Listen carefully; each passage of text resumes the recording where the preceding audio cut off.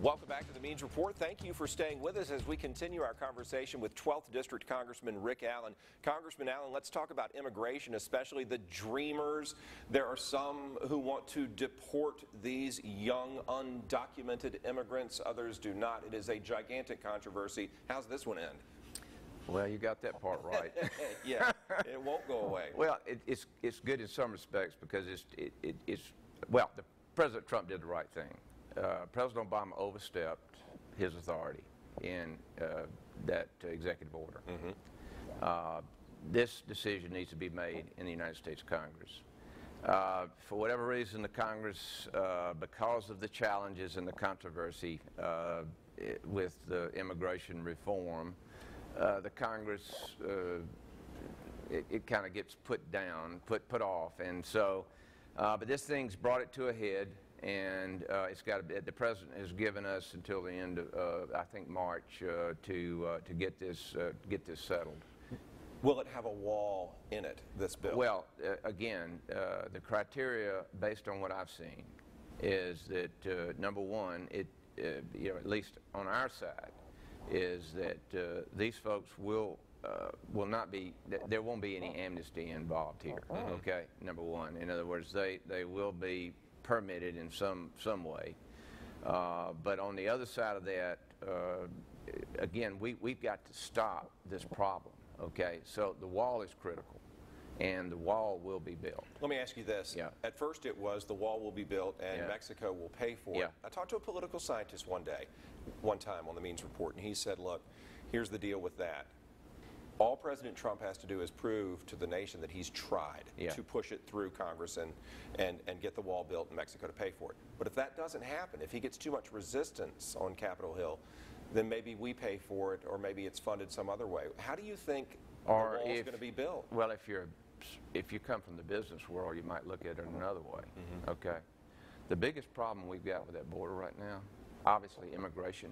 How expensive? Illegal immigration. How expensive is that to this country? When it comes to... It's enormous. Enormous when it comes to the jobs that are impacted. Oh, it's awful. Yeah. Look at the amount of drugs that is coming over that. How expensive is that to deal with in this country?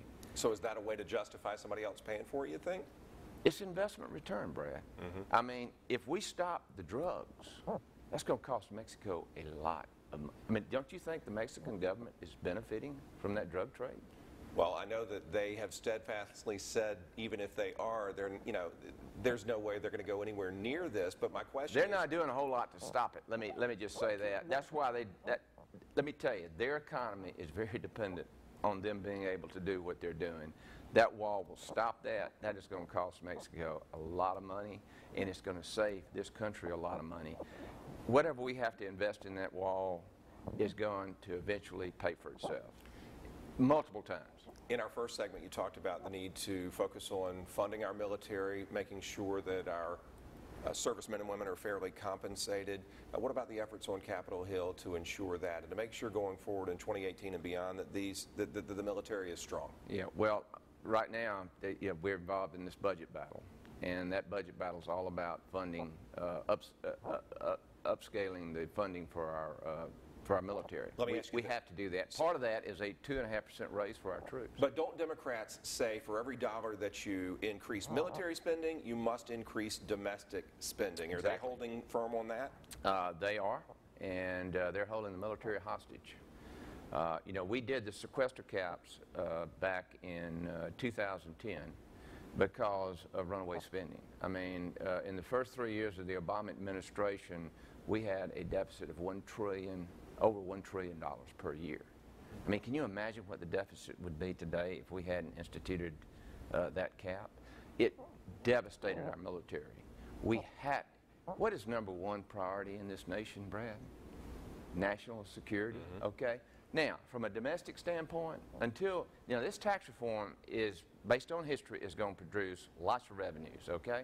So let's sort of cap these programs over here. In fact, we could probably do away with a lot of them.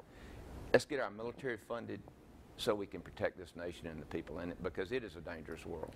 We have made a lot of news lately on the cyber front. Governor Deal seems to really be loving Augusta these days. He comes and he gives Wouldn't you? tons of money.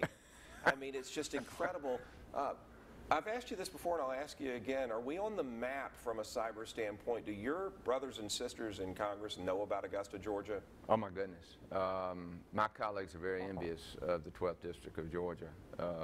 Number one is, to me, the greatest area in the world.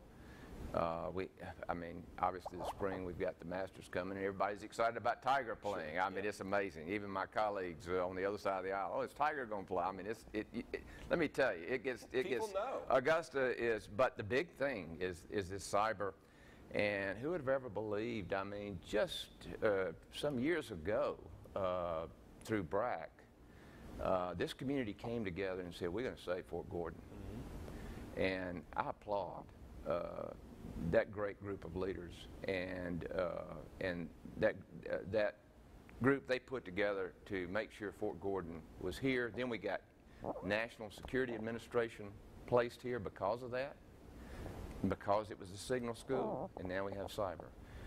We could be the Silicon Valley, and probably will be the Silicon Valley of the East Coast.